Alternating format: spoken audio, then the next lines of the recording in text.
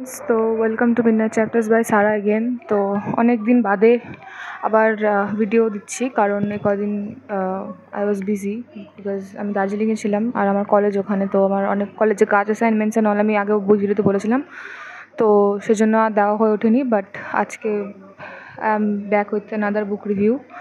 তো যেটা বলছিলাম যে আমি স্মরণজিৎ চক্রবর্তীর আলোর গন্ধ বইটার রিভিউ দিচ্ছি। তো এবার একটা কথা বলে রাখি যে আমার চ্যানেলে বুক রিভিউ স্টোরি টেলিং অনেক দিন আসে না, আমি জানি, এবং ওটা আসা না, এটা মানে story telling I am like working on right now. I have been working on it because আমার গত দু দেড় দু মাস ভীষণ বিজি ছিলাম আমি, কারণ আমার দার্জিলিংয়ে অনেক কাজ ছিল। বাট এখন আই এম ফ্রি, কারণ পুজোর ছুটি দিয়ে দিয়েছে। তো আমি আগামী 2-3 মাস আমি রেগুলার ভিডিও দেবো। তো সরি ফর দ্য ইনকনভিনিয়েন্স। তো লেটস স্টার্ট দ্য রিভিউ। এটা হচ্ছে বইটা।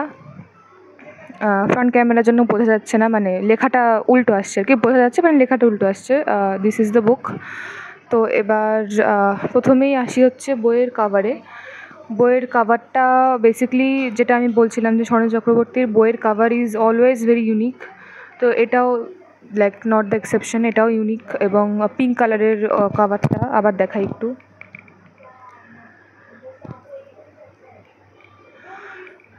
পিঙ্ক কালারের কাভার। তো এই কাভার, এটা পেছন দিকটা, এটা হচ্ছে সামনের দিকটা।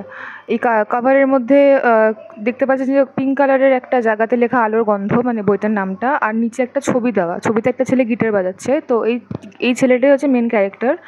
যারা পড়েছেন তারা জানবেন স্মরণজিৎ চক্রবর্তীর মানে চরিত্রদের মধ্যে one of the most unique একটা ক্যারেক্টার হচ্ছে কিগান অর্কদেব ব্যানার্জি। তো এটা হচ্ছে সেই কিগান অর্কদেব ব্যানার্জি। এবার আসি বইয়ের কাহিনীতে। কাহিনী তো উপন্যাস জানেনই আপনারা যে এটা কিছুটা সময়কাল ধরে চলছে। এখানে দেখানো হয় যে Keegan Arkadeb Banerjee, he is the kind of a mysterious guy, যার অতীত ভবিষ্যৎ বর্তমান সবাই ওনাকে চায়, সবাই ওনার প্রেজেন্স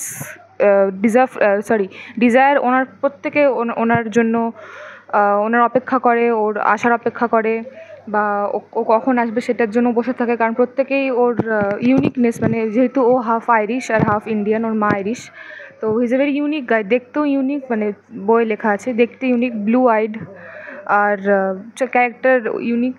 কাজেই ওর আসার অপেক্ষা সবাই করে, কিন্তু কোনো একটা কারণে ও সবাইকে আর কি মানে সবার থেকে দূরে দূরে থাকে। এটা বইয়ের স্বর্ণ চক্রবর্তীর বইয়ের শুরুতে একটা জায়গা থাকে, আমি দেখাচ্ছি এই জায়গাটা বইয়ের শুরুতেই। এই লেখাটা সবাই একটু পড়ে নিয়ে বইটা শুরু করবেন, তাহলে বুঝতে পারবেন। কারণ বইয়ের যেহেতু অনেক বড় বই, অনেক মোটা বই, তাই জন্য অনেক সময় কী হয় যে ক্যারেক্টারগুলো, ঘটনাগুলো গুলিয়ে যায় আমাদের। তো এটা পড়ে নিয়ে শুরু করবেন, আমি বলবো। আর এখানে আরও ক্যারেক্টার, দিঘি, আদি, মালিনী, জনাথন দাদু, এদের অনেক ক্যারেক্টার পাবেন আপনারা। বাট কিগান ইজ, আমার মনে হয় এখনও অবধি যত আমি সঞ্জয় চক্রবর্তীর বই পড়েছি তাদের মধ্যে সব থেকে ইউনিক হচ্ছে Keegan.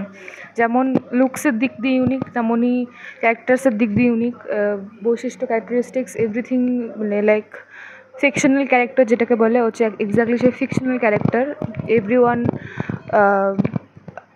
Requires but no one deserves, কারণ প্রত্যেকেই ওর সাথে কোনো না কোনো একটা সময় অন্যায় করে গেছে, একজন বাদে। সেটা আপনারা পড়লে বুঝবেন, আমি সব ঘটনা বলবো না।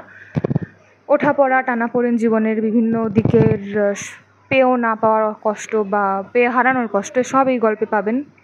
এবং লাস্টে গিয়ে অবশ্যই এন্ডিংটা ওপেন এন্ডিং বলবো না, বাট পুরোপুরি যে আপনাকে একদম লাইক স্যাটিসফাইং এন্ডিং, আমার মনে হয় এটা না। কারণ আমি কি এন্ডিংয়ে কিছু সেটা বলবো না, বাট আমি এটুকু বলবো অ্যাজ এ রিডার এন্ডিংটা স্যাটিসফাইং না।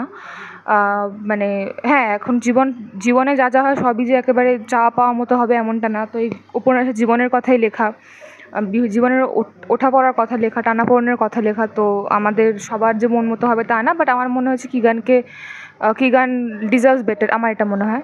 এখন জানি না, হয়তো সেটা লেখকের মনে হয়েছে গিয়ে। আমার খুব ফেভারিট লেখক উনি, উপন্যাসটা আমার ভীষণ ফেভারিট।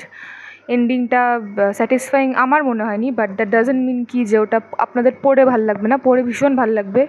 এবং এখানে আপনারা বিভিন্ন ক্যারেক্টার, যেমন বললাম Aditya is a womaniser kind of একটা ছেলে, যার কিনা অনেক মেয়ের সাথে সম্পর্ক, মানে ধরে ছাড়া আর কি, এরকম ব্যাপার, মানে ইমোশনাল কানেকশন নেই। হঠাৎ করে সে মালিনীকে দেখে ভীষণ মানে সে নিজেই অবাক হয়েছে যে আমি এত মেয়ের সাথে ঘুরেছি, এত মেয়ের সাথে টাইম পাস করলাম, শেষ মেয়েতে আমার একটা মেয়ের প্রতি এত কী করে সিরিয়াসনেস চলে আসলো।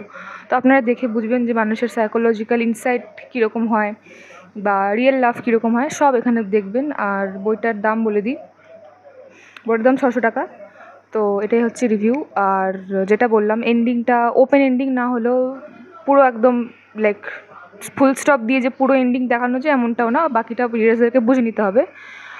আর এটা যারা শরৎ চক্রবর্তীর ফ্যান না বলতে মানে যারা পড়েননি ওনার বই, পড়লে অফকোর্স ফ্যান হতে বাধ্য আপনি, বাট যারা পড়েননি তাদেরকে বলবো উপন্যাস পড়লে এটা দিয়ে শুরু করুন। এটা দিস ইজ সামথিং, মানে এটার পড়ার পরে আমি দেখছি আমার 3-4 দিন এটার ঘোর ছিল, মানে ঘোর মানে ওটার ওই যে বলে না যে আফটার এফেক্ট, ওটা আমার অনেক দিন ছিল। বিকজ আমার ব্যাপারগুলো মানে আমার মনে হয়েছে পড়তে গিয়ে কোথাটা আমার হয়, এটাতে আরও বেশি করে হয়েছে যে ক্যারেক্টার্সগুলোর সঙ্গে আমি কোথাও জড়িয়ে গেছিলাম। তো I was like one of the characters, because আমি থার্ড পার্সন ভিউ থেকে সব দেখতে, মানে সবার কাহিনী দেখতে পাচ্ছি, জানতে পারছি।